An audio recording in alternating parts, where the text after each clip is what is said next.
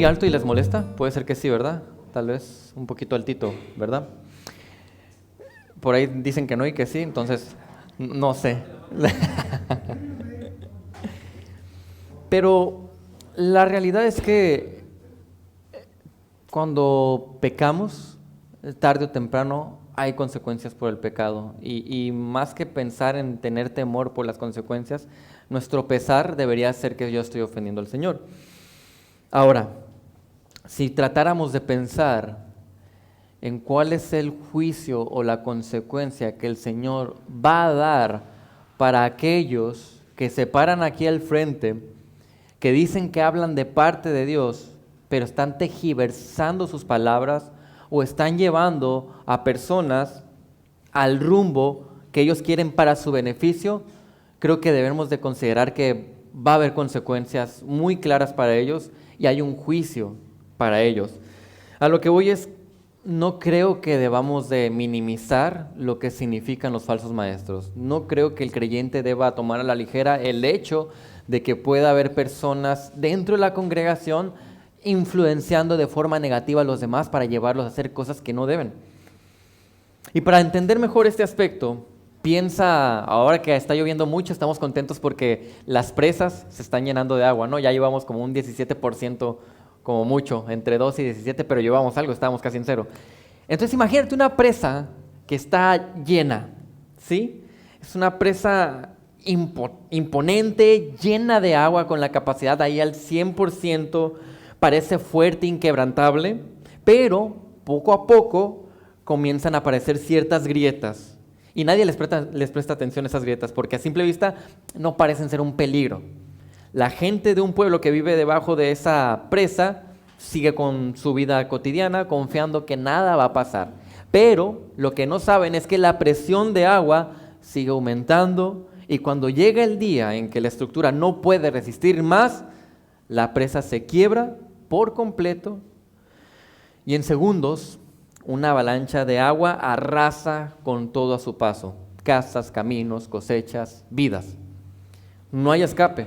El juicio fue inevitable, devastador y total.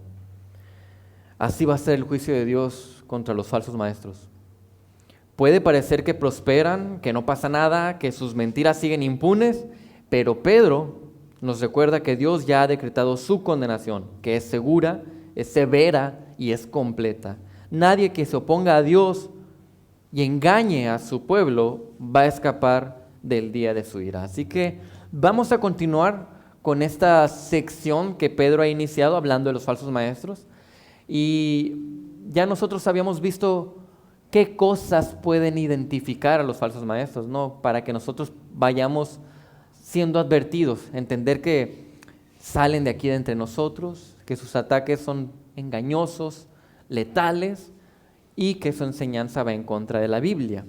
Pero también observábamos que provocan en los suyos carencia de discernimiento, carácter y teología. Y todo esto Pedro nos lo empieza a decir para que tú lo tomes como una base para poder identificarlos cuando tú estés en tu iglesia local, para que tú estés preparado para cuando una persona como estas esté aquí. El día de hoy vamos a ver el pasaje de 2 de Pedro 2, la segunda parte del versículo 3 hasta el versículo 6. Y lo he titulado El juicio a los falsos maestros. Y esta es una advertencia del juicio divino a los falsos maestros. Leo de nueva cuenta el pasaje. El juicio de ellos, o sea, de los falsos, desde hace mucho tiempo no está ocioso ni su perdición dormida, porque Dios no perdonó a los ángeles cuando pecaron, sino que los arrojó al infierno y los entregó a fosos de tinieblas, reservados para juicio. Y tampoco perdonó al mundo antiguo, sino guardó a Noé, un predicador de justicia, con otras 7, cuando trajo el diluvio sobre el mundo de los impíos. También condenó a la destrucción a las ciudades de Sodoma y Gomorra, reduciéndolas a cenizas y poniéndolas de ejemplo para los que habrían de vivir impíamente después. Mis hermanos, hoy vamos a ver cómo Pedro nos muestra con ejemplos del pasado que el juicio de Dios nunca falla. Lo que Él prometió contra los falsos maestros se va a cumplir y va a ser con dureza, porque Dios, el Dios que tenemos, es un Dios que es justo que da un juicio exactamente a la medida de lo que las personas merecen, pero además es santo. Y muchas veces podríamos pensar que es muy severo lo que Dios está haciendo, pero realmente Él siempre da lo que la gente merece o necesita. Entonces, para que podamos entender el día de hoy, este sermón lo he dividido en estos 4 puntos: los falsos maestros y los diferentes aspectos del juicio a ellos. El juicio y su promesa lo vamos a poder identificar en la segunda parte del versículo 3. Y después del versículo 3, aquí quiero aclarar algo. Lo que hace Pedro es mostrarnos ejemplos para que veamos que va a haber un juicio. Pero para que lo podamos entender mejor, yo lo he diseñado de esta manera: que observemos el juicio y su consecuencia por medio del primer ejemplo, el juicio y su alcance por medio del segundo ejemplo, y el juicio y su dureza por medio del tercer ejemplo. Entonces, veamos entonces el primer punto, el juicio y su promesa. Dice la segunda parte del versículo 3, el juicio de ellos desde hace mucho tiempo no está ocioso, ni su perdición dormida. Es importante mencionar por qué Pedro comienza esta sección enfatizando tanto el juicio y por qué está profundizando de forma tan específica sobre ello. Acuérdense, Pedro está a punto de, él sabe, ya me queda poquito tiempo, me están persiguiendo, ya me van a agarrar y voy a morir. Y la situación es que quiere advertirles, no solamente ya les mostró la sana doctrina con la que se van a defender, y esa sana doctrina es la que ellos van a utilizar para saber si alguien enseña la verdad o la mentira, pero ahora no solamente hay que defendernos con la sana doctrina, sino que necesitamos el discernimiento. Yo necesito ahora, aparte de tener una muy buena teología, yo tengo que saber identificar que aún de entre personas con las que podría llevarme muy bien o quienes podría respetar mucho, pueden estar teniendo en alguna manera rasgos de ser falsos maestros.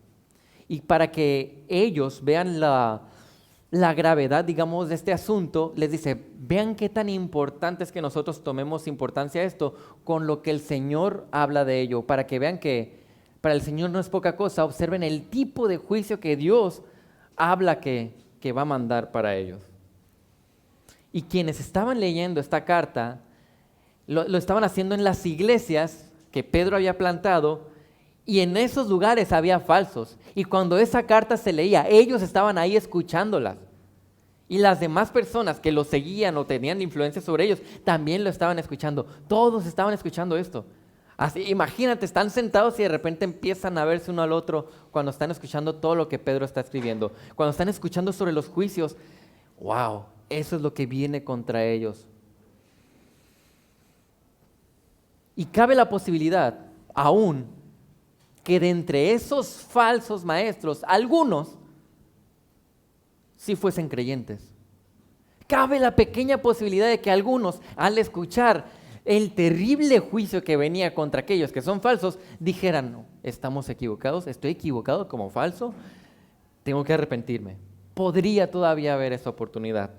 Por eso mismo, inmediatamente después de evidenciar el resultado, dice que el juicio de ellos, el que está reservado para los falsos, desde hace mucho tiempo no está ocioso. Y cuando habla de juicio, se refiere a la condenación que van a recibir. Es claro que quienes no se arrepienten tienen reservada la condenación eterna de sus pecados. Y esto es para cualquier persona que no se arrepiente. Lo que está haciendo aquí Pedro es decir, estos falsos, la mayoría de ellos ni siquiera es cristiano.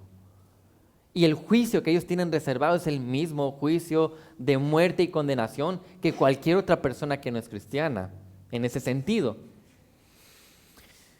Hay una sentencia que claramente fue decretada, dice, desde hace mucho tiempo. Apocalipsis 21:8 dice, pero los cobardes, incrédulos, abominables, asesinos, inmorales, hechiceros, idólatras y todos los mentirosos tendrán su herencia en el lago que arde con fuego y azufre, que es la muerte segunda. El Señor lo ha decretado. Ese juicio no está ocioso, va a llegar en su momento y se sabe cuándo va a llegar. Tarde o temprano lo van a recibir. Esa frase, no está ocioso, nos habla de lo seguro que es que va a ocurrir esa condenación, el cual tarde o temprano llegará para ellos. Por eso he titulado que esta es una promesa Es una promesa de que va a haber un juicio, es una promesa de que Dios quiere purificar su iglesia. Él no quiere permitir que su esposa, la esposa de Cristo, siga siendo ofendida, adulterada, pervertida por esos falsos. Y esta es una tremenda promesa de juicio. Es tan fuerte, esta frase, que da la idea de que la ira de Dios contra ellos es como si se fuera acumulando día con día. Se está acumulando y en un punto se va a desatar y va a caer por completo. Es como el ejemplo que poníamos ahorita de la presa. Se estaba acumulando toda esa agua, la presión no podía más y de un momento a otro se llevó todo.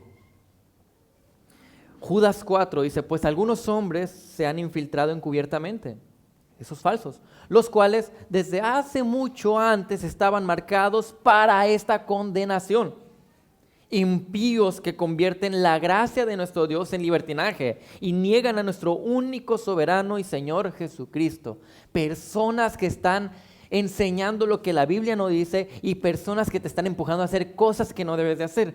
Y se los dije, no malentendamos, no crean que ellos se van a presentar aquí, se van a parar al frente y de un día para otro van a decir, no, tú puedes perder tu salvación. No te lo van a decir así, porque ellos encubiertamente se van introduciendo. Las doctrinas más peligrosas no son las que claramente están mal, son aquellas que tienen pequeños detalles muy sigilosamente tergiversados y que tú no te das cuenta y están cambiando el mensaje completo.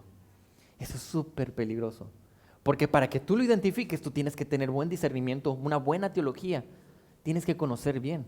Y sabemos que la iglesia es una combinación de personas que conocen y otras que no conocen tanto, porque se supone que van llegando nuevos y nuevos y nuevos y los demás seguimos madurando. Se supone que así debería ser. Entonces imagínate lo peligroso que es para los que no conocen tanto o que no han desarrollado el discernimiento. El versículo 3, vean cómo termina diciendo, ni su perdición está dormida. Él está reiterando, esa condenación no creas que ya se me olvidó, dice Dios. No creas que yo no estoy tomando en cuenta lo que los falsos están haciendo al dañar la iglesia. El Señor lo tiene muy claro. El Señor es soberano, el Señor es omnisciente, lo sabe todo y Él sabe cuál es el corazón de esos falsos. ¿Por qué hacen lo que hacen? ¿Qué es lo que están haciendo? Y Él sabe qué es lo que van a recibir por todo eso. La pregunta es, bueno, ¿A mí qué con esa promesa? ¿Verdad? Si yo no soy falso, ¿a mí qué? Bueno, nosotros tenemos la responsabilidad como iglesia, así como se la había dado a ellos, de identificar. ¿A ti qué? Bueno, a ti y a mí nos importa, porque tenemos que aprender a identificar, porque tenemos que tomar los pasos necesarios para no permitir que los falsos se levanten aquí, o en su caso, que si fuese lo más terrible, si alguien ya se levantó como un falso, no dejar que siga al frente, si fuese el caso. Yo tengo que tener cuidado, temor y autoexamen, porque los falsos no solamente están parados frente a un púlpito. Se los dije, los falsos están entre nosotros conviviendo, divirtiéndose, sirviendo, acompañándonos, pero haciendo su mala influencia. Y yo puedo ser esa mala influencia. Si yo no me estoy examinando, puede ser que yo soy ese tipo de persona que está creando división.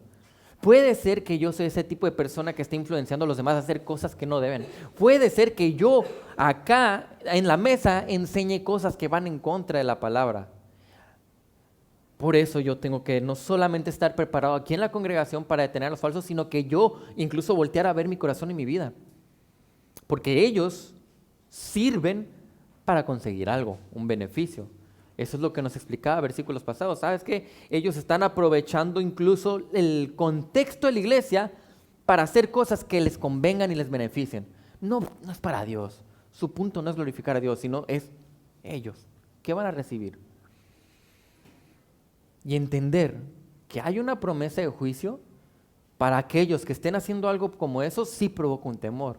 Y puede ser que provoque en aquellos que tienen indicios de cosas como división, falsas enseñanzas, mala influencia, puede que provoque un arrepentimiento y nos haga pensar, ok, es cierto, tengo que calmarme, lo que estoy haciendo no está bien, tengo que arrepentirme y cambiar esa forma de vivir.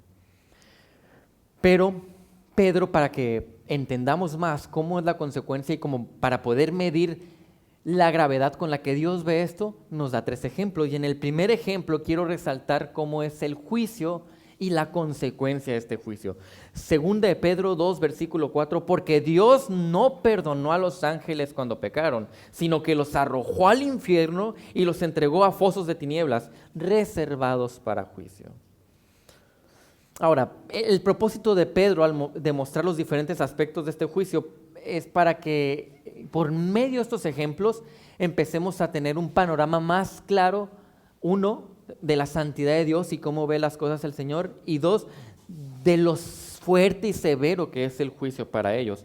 Porque quienes leían esto iban a entender que ya no podían permitir el tener más falsos ahí. Porque Dios no perdonó a los ángeles cuando pecaron. Esto es tremendo. Esto me habla de una consecuencia muy severa. Los ángeles, a diferencia del ser humano, cuando pecaron, no se diseñó un plan de redención para ellos. Aquellos que se rebelaron contra Dios, la consecuencia terrible es un juicio inevitable. No hay nada, no hay un plan o una promesa, una oportunidad, porque Dios es santo. Y como juez justo, Él les dio exactamente lo que merecían por su rebelión. Lo que el ser humano merece por su rebelión es la muerte, al igual que los ángeles. Pero Dios, en su infinita gracia y misericordia, a nosotros nos otorgó un plan de redención, de salvación. Pero Él está equiparando aquí el juicio a los ángeles con el juicio a los falsos maestros. Eso es tremendo. Pensando en lo que van a recibir los ángeles por el conocimiento que tuvieron de Dios y una rebelión sin redención, te habla de lo que van a recibir también los falsos. Dice que estos ángeles pecaron. La palabra no da mucha luz de cómo y por qué pecaron los ángeles. Sin embargo, el punto de Pedro es mostrar lo terrible de este pecado y de la consecuencia que hay. Y evidentemente, cuando nosotros leemos este pasaje, después empezamos a observar, dice que los arrojó al infierno, sino que los arrojó al infierno y los entregó a fosos de tinieblas reservados para juicio. Muchos tienen ciertas posturas diferentes sobre a qué tipo de ángeles está hablando aquí. Yo creo que el propósito del día de hoy para mi predicación no es profundizar sobre a qué tipo de ángeles está hablando y en alguna manera exponer cuál es la postura de nosotros como pastores o de la iglesia, porque incluso entre pastores creo que no hemos tenido una conversación tan profunda como para definir qué cree cada pastor al respecto. Lo que puedo decirles es que está hablando de unos ángeles que pecaron de cierta forma particular en rebeldía contra Dios y recibieron un juicio y una consecuencia mayor. Porque el versículo me lo está diciendo. Y donde hay luz, yo puedo hablar sobre esa luz. Donde Dios no habla, no podemos decir nada más. Entonces, eso es lo que nos está mostrando, por lo menos aquí Pedro. Pedro está hablando de ángeles que pecaron de una forma particular, recibiendo una consecuencia particular. Y está diciendo, así como los falsos han pecado también de una forma particular, su juicio tiene una consecuencia particular. Y me muestra esa severidad. El punto es que se ve el juicio que está dando Dios a los falsos. No podemos minimizar el actuar de los falsos cuando es equiparable a la consecuencia de los ángeles caídos. Y para aquellos que tengan la duda, muchos consideran que parece ser que es una referencia a unos ángeles caídos que son mencionados en Génesis. Judas 6 menciona algo similar, dice, y a los ángeles que no conservaron su señorío original, sino que abandonaron su morada legítima, los ha guardado en prisiones eternas bajo tinieblas para el juicio del gran día. Si es poco pensar en la promesa del juicio, tal vez considerar las consecuencias pudiese hacer que los falsos despertaran de ese actuar tan terrible que estaban teniendo. Pedro advierte a la iglesia Y la iglesia no podía pasar por alto palabras como estas, sino que tenía que prestar mucha atención y tenían que empezar a ver a su liderazgo, tenían que empezar a ver a las personas de influencia. Ellos ahora tenían tanta responsabilidad sobre sus hombros porque decían, ponte a pensar que aquí hay una persona que está haciendo algo como eso, o personas que están haciendo algo como eso, y el terrible juicio y consecuencia que va a haber para ellos. En las cartas o mensajes que Dios envía a las iglesias en Apocalipsis, hay 7 iglesias a las que se les envía un mensaje y son iglesias contemporáneas al tiempo de Juan, cuando lo escribió, aunque eso se aplique para el día de hoy para nosotros. Bueno, cuando habla de ellas, el Señor advierte, dice, oye, si ustedes no hacen caso, si ustedes no atienden lo que les estoy diciendo a ustedes, iglesias, sobre tal o cual problema, yo voy a quitar mi candelero. O sea, Él dice, incluso la iglesia puede sufrir la consecuencia de que esa iglesia local desaparezca. Eso puede pasar con las iglesias locales que no están haciendo lo que tienen que hacer con los falsos. La iglesia local puede desaparecer. Platicaba con un amigo pastor de una iglesia que comenzó muy bien, sólida en la palabra, un liderazgo con experiencia, el pastor que estaba ahí.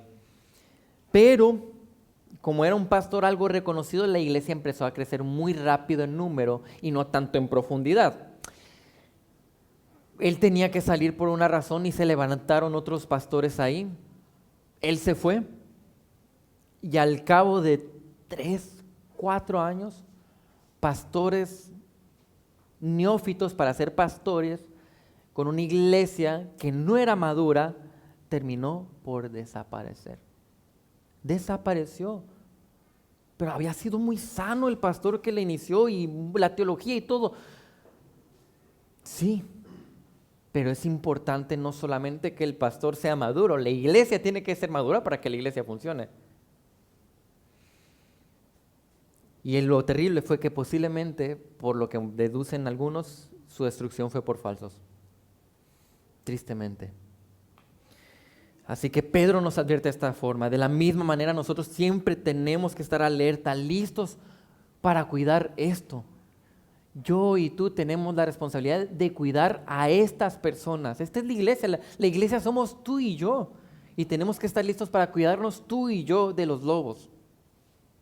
Somos parte del rebaño, somos ovejas y tenemos que cuidarnos unos a otros de aquellos que están vestidos de ovejas, pero que son lobos, que lo único que hacen es hacer las cosas porque les conviene. Y no malentiendan, como les dije, son lindos, buena onda, agradables, te la pasas a gusto con ellos, sales a comer, te diviertes, pero lo hacen para ellos. Para seguir mostrando cómo es el juicio, Pedro también nos habla de otro ejemplo, y aquí podemos observar el alcance. Porque algunos pueden pensar, bueno, chance, a mí no me toca porque no es tan fuerte lo que yo hice. Mira lo que dice aquí. Tampoco perdonó al mundo antiguo, sino que guardó a Noé, un predicador de justicia, con otros 7, cuando trajo el diluvio sobre el mundo de los impíos. ¿Cuántas personas recibieron un juicio en aquel tiempo, en el mundo antiguo con el diluvio? Millones. Literal, aniquiló a la humanidad, dejando solamente a 7 personas. Pero el juicio fue total. Nadie escapó de ese juicio. Nadie de los que merecía ese juicio se escapó de él, a tal punto que solamente 7 personas quedaron en el mundo. Su juicio, el de Dios, contra los falsos, es completo, es total. Ninguno de ellos va a escapar de la condenación, a no ser, como les dije, que algunos pocos, tal vez, se arrepientan. Pero no pueden ocultarse del juez. No podemos ocultarnos de Dios. Y lo que presenta a continuación es el claro contraste que hay entre los falsos y los justos. Y aquí lo hace, pareciera como que Pedro lo hace adrede. Mira, porque antes les llama a ellos que son unos falsos, que sus enseñanzas son falsas, que no son predicadores fieles. Y luego mencionan hoy, dice, el que sí se salvó del juicio, este sí es un predicador de justicia. Ese sí predica fielmente, ese sí se sometía a lo que Dios decía, no como los falsos. Esos no, para nada. Es como si dijéramos, él sí lo era, no como ustedes, cuando les estaba hablando, evidenciando que aún en números tan exactos, Dios tiene el control sobre su juicio.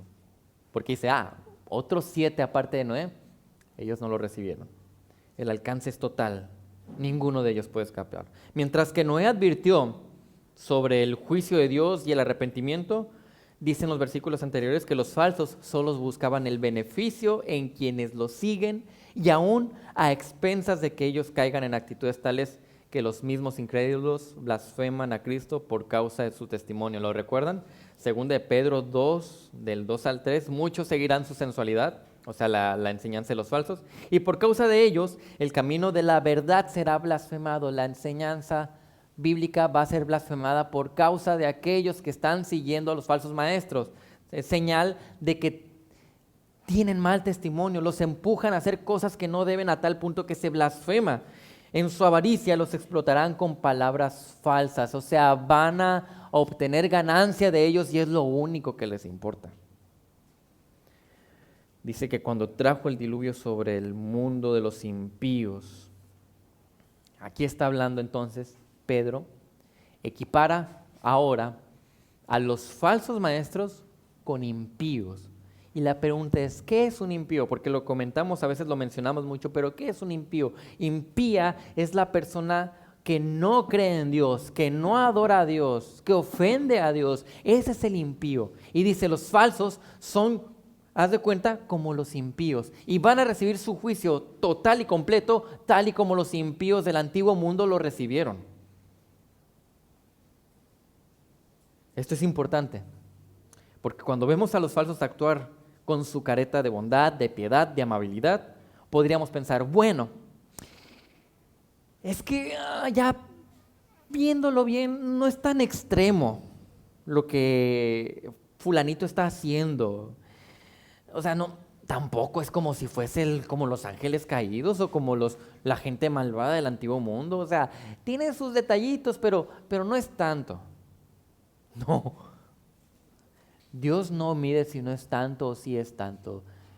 Si es un falso, tiene actitudes de falso, sus enseñanzas son falsas y su motivación es falsa, y hay un juicio, dice Dios. No es que, bueno, es que yo no lo veo tan mal. No se trata de cómo lo veo yo, se trata de cómo lo ve Dios, que es lo que está mostrando Pedro aquí. ¿Qué es lo que ve Dios? Porque es un Dios santo. Y esta es la iglesia de Cristo. Nosotros no somos los que vamos a poner la medida de integridad y moral, sino que es Dios quien decide.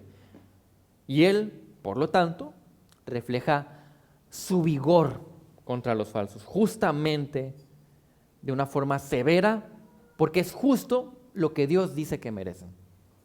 No se trata de que yo voy a decidir qué es lo que merecen ellos, es Dios. Y para poner, digamos, esta cereza en el pastel y mostrar lo santo que es nuestro Dios y lo consciente que está en lo que sucede en la iglesia, el versículo 6 muestra con este ejemplo la dureza de ese juicio, el juicio y su dureza, porque dice, también condenó a la destrucción las ciudades de Sodoma y Gomorra. ¿Por qué es duro? Porque ve, reduciéndolas a cenizas. ¿Qué quedó de ellas? Nada. Fue devastador, poniéndolas de ejemplo para los que habrían de vivir impíamente después. Pedro, para hacer entrar en razón a la iglesia, de nueva cuenta ejemplifica y habla ahora de famosas ciudades muy conocidas por ellos, e incluso el día de hoy tú y yo podemos comentar Sodoma y Gomorra con la gente y la gente lo relaciona con cosas de libertinaje. El día de hoy aún es escuchado y conocido. Ahora, Pareciera como que, bueno, si comparo la destrucción a Sodoma y Gomorra con el exterminio de la humanidad, no parece tan duro o tan severo como el encarcelamiento a los demonios. Sin embargo, la dureza que vemos en este ejemplo sobre estas ciudades es notorio por el contexto, en donde la condena llegó directamente sin oportunidad de arrepentimiento, sin previo aviso, en el sentido de advertencia con voceros. Tan duro fue el juicio que pasando los siglos se seguía mencionando como un acontecimiento particular sobre una nación perversa. Lo cual es increíble, ya que ahora Pedro pone a la par la perversidad de Sodoma y Gomorra con la perversidad de los falsos maestros. ¿Te pones a pensar eso? Así de perverso está viendo al Señor a los que están tergiversando su palabra y llevando a otros al error, mostrando lo terriblemente ofensivo que es para Dios que eso se haga, lo terriblemente peligroso que son, lo terriblemente orgullosos que son estas personas, lo terriblemente egocéntricos que son porque quieren conseguir su beneficio, solo pensando en satisfacerse ellos mismos sin importar qué, sin importar el testimonio de la iglesia, sin importar cuánto va a exprimir a los hermanos para conseguir lo que quiere. Y para ver la dureza del juicio que será contra los falsos, dice sobre las ciudades que las redujo a cenizas, quedando nada de ellos. Este es el tipo de juicio que van a recibir los falsos. Dice, poniéndolas de ejemplo para los que habrían de vivir impíamente después, para que aquellos que se atrevieran a vivir de una forma impía tuviesen el temor de decir, ay no, acuérdate lo que le pasó a Sodoma y Gomorra, acuérdate lo duro que fue el juicio contra ellos. Destrucción, esa palabra está tratando de mostrar un catástrofe, una devastación que es total, con la referencia a arruinar totalmente. Lo que muestra es un panorama desesperanzador para quienes siguiesen el camino de los falsos y para los que fueran falsos. Judas 7 dice así también recordando Judas, Sodoma y Gomorra y las ciudades circunvecinas, a semejanza de aquellos, puesto de ellas se corrompieron y siguieron carne extraña, son exhibidas como ejemplo al sufrir el castigo del fuego eterno. Dios ha utilizado este suceso como un ejemplo de su santidad, de su justicia y de las terribles consecuencias del pecado. Haz de cuenta que tú vas a verlo y dices, eso es lo que sucede cuando ofendemos a Dios. Eso es lo que pasa cuando alguien se rebela contra Dios. Los falsos son esos que están viviendo impíamente y llevando a otros a vivir impíamente. Tal como Sodoma y Gomorra, ellos buscan aprovecharse de quien sea, tomar como posesión lo que puedan y disfrutar como ellos quieran. Porque si tú recuerdas, la perversidad de Sodoma y Gomorra no tenía límites. Niños y viejos estaban participando de lo perverso. A tal punto de que solamente por ver llegar a 2 hombres nuevos a la ciudad, querían aprovecharse, o bueno, sacar todo el provecho que podían de ellos. Solamente satisfacerse ellos mismos a costa de la vida de esos hombres. Eso es lo que hacen los falsos. Satisfacerse ellos mismos a costa de la iglesia. La realidad es que por la gracia de Dios no somos tan malos como podríamos ser. Pero si Dios retira su gracia en nosotros por nuestro egoísmo, al seguir o ser un falso, llegaremos sin ninguna duda a ese tipo de perversión, tal y como fueron Sodoma y Gomorra. Por su gracia no somos así. Y el juicio del Señor va a ser con mucha dureza para quienes vivan de esa manera. Y hemos estado hablando mucho del juicio a los falsos, de las consecuencias que hay para todos ellos, pero no hay que perder de vista de que en la congregación no solamente estamos los creyentes a quienes les estoy hablando para que podamos responsabilizarnos y siempre estar listos y advertidos para no permitir que falsos se levanten aquí. Pero también, si estamos hablando de una condena, si estamos hablando de un juicio, no podemos perder de vista que este mensaje va también directamente ligado a aquellos que no son hermanos. A aquellos que a lo mejor, sin ser falsos maestros, van directo a una misma condena. Aquellos que sin haber siquiera predicado la palabra del Señor, que ni siquiera a lo mejor tienen una relación con Dios o han tratado de aparentar una relación con Dios, van directo también para allá. Y si ya estamos hablando de una condena, tenemos que hablar de lo que es el Evangelio. No podemos dejar las cosas así, hermanos. Si a lo mejor tú crees que eres hermano y no lo eres, esa misma condena va para ti. Más adelante, todo el capítulo 2, Pedro se dedica a hablar de los falsos. Y más adelante, él empieza a hablar de la apostasía. Es algo terrible la apostasía. Es tan terrible que es una condena similar. Van hacia donde mismo. Aquellos que gustaron de la gracia del Señor y de los beneficios de la iglesia, pero que después se apartan y no vuelven. 1 Timoteo también habla de ellos. Hermano, tú puedes incluso vivir dentro de la iglesia parecido a lo como viviría un apóstata, fingiendo o engañado de que está gustando la verdad. ¿Y qué tenemos que hacer entonces ante tal situación? Tenemos que examinarnos todos, tú y yo siempre tenemos que hacer un examen a cómo está ese corazón. Porque este corazón es tan perverso y engañoso que te hace pensar cosas que no son. Y te dice, tú con cumplir esto estás bien. Entonces, ¿qué necesitamos hacer? Escuchar otra vez el Evangelio. Dicen, la verdad que yo no recuerdo cuál es el pastor que lo decía, pero había un pastor que decía que siempre tienes que estarte predicando de nueva cuenta el Evangelio, porque el Evangelio es el que te va a recordar cuál es tu condición, qué es lo que es el Señor y entonces qué es lo que ha hecho por ti para que tú puedas responder en agradecimiento y arrepentirte constantemente y día con día de todo lo que estamos haciendo, porque día con día pecamos y lo ofendemos. Entonces, todo esto resulta crucial para la iglesia. Entender el tema de los juicios para los falsos, porque no podemos minimizar lo que ellos hacen a la esposa de Cristo. Yo no puedo pasar por alto la ofensa a la iglesia local. Y los pastores evidentemente estamos aquí para proteger a la iglesia local, porque es parte de nuestra labor pastoral. Pero eso no implica incluso que alguno de nosotros pudiese caer en la terrible actitud y actuar de los falsos maestros.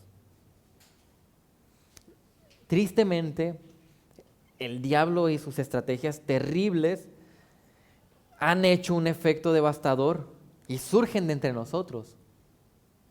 Por eso tenemos que estar tan preparados.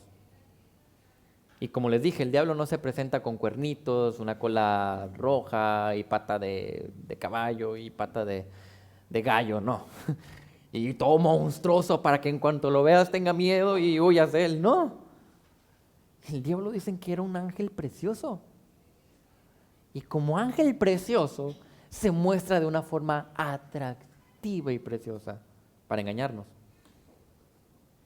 De la misma manera, un falso no va a venir y va a decir, hey, buenas tardes, bienvenidos al culto de hoy. Yo soy un falso y les voy a explicar algo que va en contra de la Biblia. Claro que no. Por supuesto que no. Entonces, ¿por qué debemos de tomar en cuenta estos juicios y por qué debemos de observar lo que Dios está hablando sobre esto? Es porque no se puede tolerar que la palabra de Dios sea adulterada. Ni los pastores ni los miembros de la iglesia podemos tolerar esto. Porque no debemos dejar que débiles, personas que no son tan maduras o que no tienen tanto discernimiento, vayan seducidos por la influencia y mensaje de los falsos. Tenemos la responsabilidad nosotros de responder como iglesia, evitando los falsos, analizándonos personalmente y aún con justo juicio analizando el resto. Ojo, Analizaremos al resto con justo juicio. No voy a acusar a lo loco, porque dice Mateo 5, si mi cabeza no me engaña, que primero tienes que quitarte el troncote que tú tienes en tu ojo antes de quitarle la astillita, ahí el palillito que tiene tu hermano, ¿sí? Y esto me hace pensar entonces en que este tema es muy importante, porque Cristo mismo advertía de esto. Si Cristo cuando estuvo en la tierra estuvo advirtiendo de esto, si Cristo mismo estuvo acusándolos a ellos, yo tengo la necesidad de imitar a mi Señor. Yo sigo los pasos de mi Señor. Así que si mi Señor no lo permitió, yo no debo de permitirlo. Y si mi Señor lo acusó, yo lo tengo que acusar. Pero no podemos dejar que pase más tiempo si uno se está desarrollando. Segunda de Corintios 13:5 dice, pónganse a prueba para ver si están en la fe. Examínense a sí mismos. ¿O no se reconocen a ustedes mismos de que Jesucristo está en ustedes? A menos de que en verdad no pasen la prueba. El punto es, hermano, estamos listos para responder y seguir los pasos de Cristo para detener a los falsos, pero ojo también con nosotros mismos. ¿Por qué sirves? ¿Cuál es tu razón de servir? ¿Por qué a lo mejor te gusta participar al frente? ¿Por qué te gusta ser escuchado por los demás? ¿Qué tipo de influencia eres para los demás hermanos? ¿O cuál es la influencia que tú estás siguiendo? ¿Qué es lo que tú enseñas a los demás en lo personal? ¿Va acorde a la palabra? Aún recuerden, y lo hemos mencionado en otras ocasiones, ¿saben cuál es la forma en la que más estamos enseñando la palabra nosotros como iglesia? Por medio del consejo. ¿Y sabes cuándo se da el consejo? En cualquier plática cotidiana y normal que tenemos y común. Estamos hablando y estamos recomendando. Aún ahí observa que tu consejo sea bíblico. No sea que estés dando un consejo que va en contra de la Biblia, como una falsa enseñanza, y que va a llevar a la persona a una aplicación que no es la que Dios se va a glorificar, así como los falsos estaban llevando a sus seguidores. Así de importante es esto.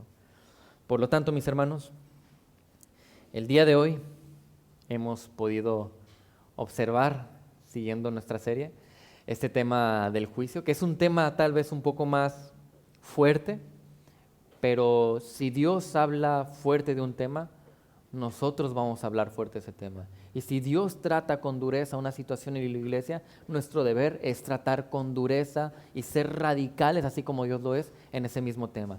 Todo para la gloria de Dios, siempre. No vamos a buscar glorificar a ningún nombre más que a nuestro Señor Jesucristo. Oremos, mis hermanos.